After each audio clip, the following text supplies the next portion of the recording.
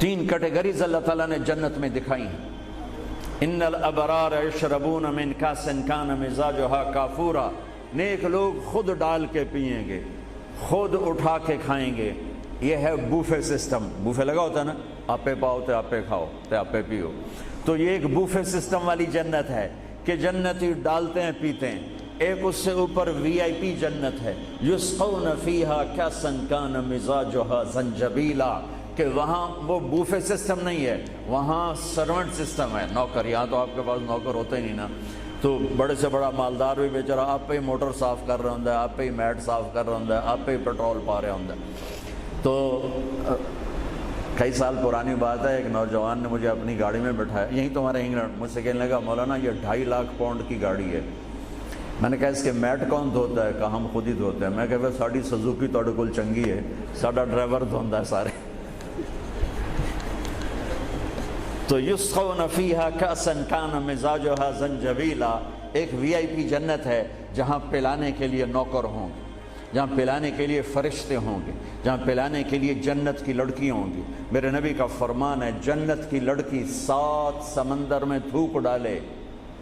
میرے کتنے سمندری سفر ہوئے، ہر سفر میں میں یہ حدیث یاد کرتا ہوں تو پاگل ہو جاتا ہوں۔ سمندر 100 سمندر میں جنت کی لڑکی تھوک ڈال دے تو میرے نبی کا فرمان ہے سارے سمندر کا پانی شہد سے زیادہ میٹھا ہو جائے گا۔ لکان ماؤہ احلی من العسل۔ وہ کیا چیز ہے؟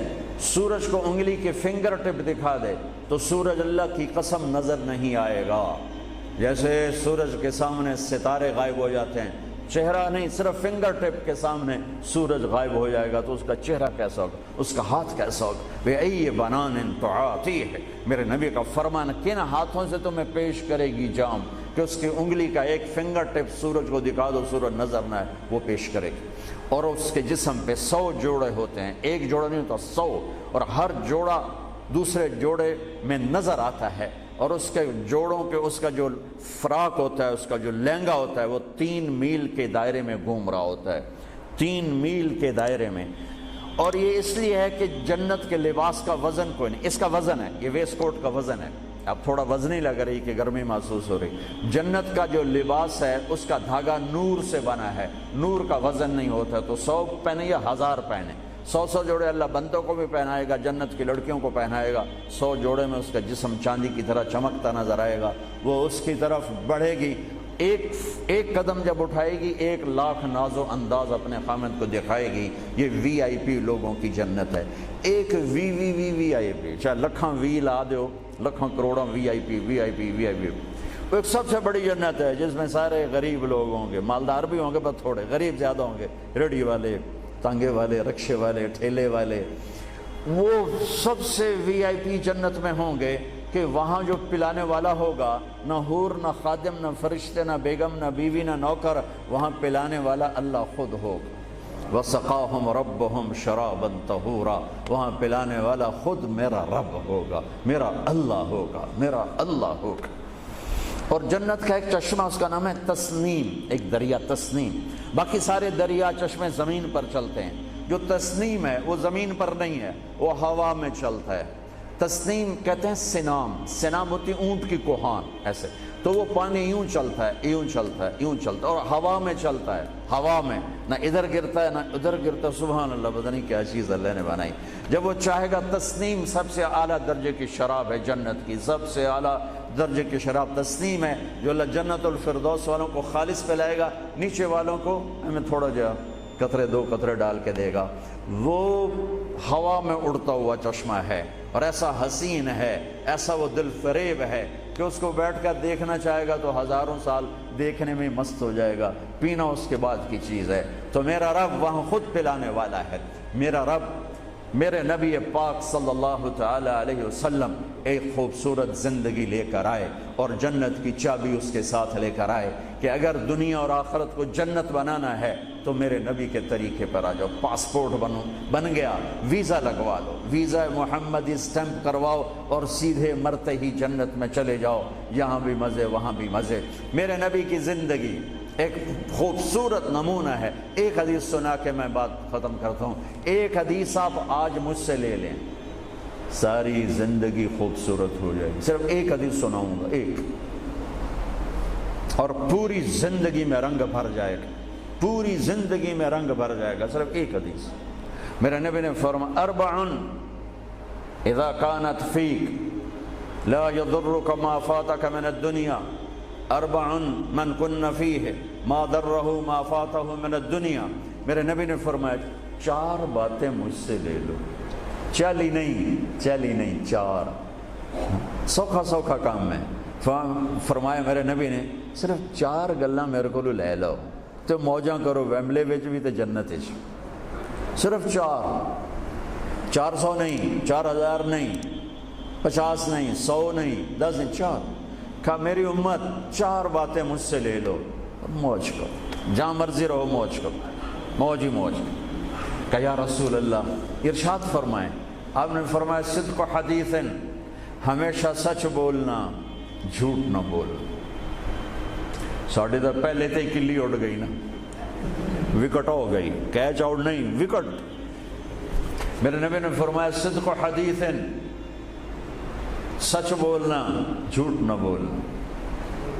حفظ و امانت، کبھی کسی کو دھوکہ نہ دینا، کبھی کسی کے ساتھ 2 نمبری نہ کرنا، ہمیشہ دیانتداری کے ساتھ چلنا، ہمیشہ دیانتداری کے ساتھ چلنا، کسی کو دھوکہ نہ دینا، کسی کے ساتھ فراڈ نہ کرنا. میرے نبی نے فرمایا ایک اور حدیث جو یہ 2 صفتوں کی وضاحت کے لیے، صدق اور امانت، سچائی اور امانت داری. آپ سب ماشاءاللہ جانتے ہیں کہ ہمارے نبی کو کافروں نے جو ٹائٹل دیا وہ صادق اور امین کا دیا. اگر آپ مجھ سے سوال کریں اسلام کو 2 لفظوں میں سمجھاؤ تو میرے پاس جو 2 لفظ ہیں وہ علماء نے بتائے ہیں، سچائی اور امانت داری، دیانتداری. آپ مجھ سے پوچھو سارے کفر کو 2 لفظوں میں بتاؤ، سارے کفر کو 2 لفظوں میں، تو میرے پاس 2 لفظ ہیں جو علماء نے بتائے ہیں، جھوٹ اور فراڈ، جھوٹ اور دھوکے بازی. جھوٹ اور دھوکے بازی ساری دنیا کا کفر اس میں جمع ہے، اور سچائی اور امانت داری ساری دنیا کا اسلام اس میں جمع ہے. میرے نبی نے فرمایا میرا امتی ہر گناہ کر سکتا ہے، 2 کبھی نہیں کرے گا، 2 کبھی نہیں کرے گا. ایک جھوٹ کبھی نہیں بولے گا، ایک دھوکہ کبھی نہیں دے گا. لیکن میں درد سے کہتا ہوں مسلمان نام ہی جھوٹے کا پڑ کے، اور فراڈیائی مسلمان ہے، اور جھوٹائی مسلمان ہے. جو غیر مسلم ہے اسے جھوٹ سے نفرت ہے. ہم کلمہ پڑھنے والے رج کے ٹکا کے جھوٹ بولتے ہیں، ٹکا کے دھوکہ دیتے ہیں. جسے موت ہے ہی نہیں، یا موت کے بعد کوئی پوچھنے والا نہیں ہے. تو میرے نبی نے فرمایا 4 باتیں بتا کے جا رہا ہوں. آپ نے فرمایا میں وہی 4 باتیں اپنے نبی کی بتا کے جا رہا ہوں. سچائی، امانت داری، جھوٹ نہیں بولنا، دھوکہ نہیں دینا. تیسری بات حسن و خلیقت، اپنے اخلاق اچھے رکھو، اپنے اخلاق اچھے رکھو. معاف کرنا بھی سیکھو، معافی مانگنا بھی سیکھو، درگزر کرنا بھی سیکھو، اور جھکنا بھی سیکھو. سخاوت سیکھو، محبت سیکھو، دلداری سیکھو، تواضع سیکھو، عاجزی سیکھو، خدمت سیکھو. لوگوں کے سامنے بچھنا، جھک جانا سیکھو. اکڑنے والے ٹوٹ جاتے ہیں، بچھنے والے کامیاب ہو جاتے ہیں. جس شاخ پہ پھل ہوتا ہے وہ نیچے جھک جاتی، جو شاخ خالی ہوتی ہے وہ اوپر کھڑی ہوتی.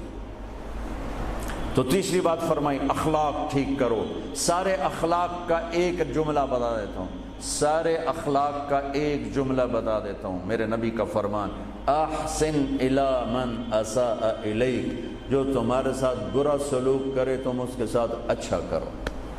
ایک جملہ. برے کے ساتھ برا بننا یہ کون سی بڑی بات ہے؟ جو تمہیں پوچھتا نہیں اس سے پوچھو، جو تمہیں دیتا نہیں اس سے دو، جو تمہیں بد دعا دیتا ہے اس سے دعا دو، جو تمہاری غیبت کرتا ہے تم اس کو دعا دو، جو تمہاری برائی کرے تم اس کی تعریف کرو. پھر دیکھو اللہ کا غیبی نظام کیسے آپ کو ہوا میں اٹھاتا ہے اور اڑاتا ہے. تو تیسری بات میرے نبی نے فرمائی اخلاق اچھے کر لو. چوتھی بات میرے نبی نے فرمائی، چوتھی بات آخری بات، عفت فی طعمت، عفت فی طعمت، جہاں مرضی رہو رزق حلال کماؤ، حلال روٹی کماؤ، حرام نہ کماؤ، حلال کماؤ، حرام نہ کماؤ. کہ رزق حلال ایسی دولت ہے میرے نبی کی مجلس میں ایک صحابی بیٹھے تھے، سعد بن معاذ۔ آپ کی نظر ان کے ہاتھوں پر پڑی تو وہ بڑے سخت جیسے مزدوروں کے ہاتھ ہوتے ہیں، لوہے کی طرح۔ تو آپ نے ان سے پوچھا، سعد یہ تیرے ہاتھوں کو کیا ہوا ہے؟ کہ یا رسول اللہ میں بچوں کے لیے روٹی کماتا ہوں اور اس کے لیے دہاڑی کرتا ہوں، مزدوری کرتا ہوں، تو اس سے میرے ہاتھ سخت ہو گئے ہیں، تو آپ مجھے دیکھو۔ آپ نے ان کا ہاتھ پکڑا اور ایسے بوسہ لیا سب کے سامنے اور فرمایا بچوں کو حلال کھلاتے ہوئے، حلال حلال، شراب بیچ کے نہیں، جوا چلا کے نہیں، بچوں کو حلال کھلاتے ہوئے جو ہاتھ ایسے ہو جاتا ہے اس پر دوزخ کی آگ حرام ہو جاتی ہے۔ ایک حدیث بھائیو لے لو، میں لے لوں، میں بولنے والا بھی محتاج ہوں، آپ لے لیں، آپ سننے والے بھی محتاج ہیں، اللہ کی قسم دنیا بھی ہماری بن جائے گی، آخرت بھی بن جائے گی۔ تبلیغ کا کام ان خوبصورت صفات کو سیکھنے کی محنت ہے۔ آپ سب سے گزارش کرتا ہوں کہ اور زیادہ نہیں تو مہینے میں 3 دن ضرور آپ جایا کریں تبلیغ کے ساتھ، انشاءاللہ اس سے آپ کو بہت فائدہ ہوگا، بہت خوبصورت زندگی نصیب ہوگی۔ اور آخری بات یہ کہتا ہوں، اگر آپ کسی سے لڑے ہوئے ہیں تو اٹھ کے صلح کر لیجیے۔ اچھے 4 باتوں میں ایک بات ہے اچھے اخلاق، اور اچھے اخلاق والا کسی سے لڑ کے بیٹھ نہیں جاتا، اس سے راضی ہو جاتا ہے، اس کو راضی کر لیتا ہے۔ اگر آپ جہاں انسان رہتے ہیں وہاں جھگڑے بھی ہوتے ہیں، کسی سے آپ ناراض ہیں تو معافی مانگ لینا، معاف کر دینا، تو اللہ آپ کے پچھلے سارے گناہ معاف کر دے۔ اور میاں بیوی آپس میں لڑے ہوئے ہوں اور وہ آپس میں صلح کر لیں تو یہ صلح اللہ کو اتنی پسند ہے کہ اللہ دونوں میاں بیوی کے پچھلی زندگی کے سارے گناہ معاف کر دیتے۔ تو بھائیو محبت سے رہو، پیار سے رہو، اپنے نبی کی زندگی کو سیکھتے سیکھتے چلو، انشاءاللہ دنیا بھی ہماری ہے، آخرت بھی ہماری ہے۔ السلام علیکم۔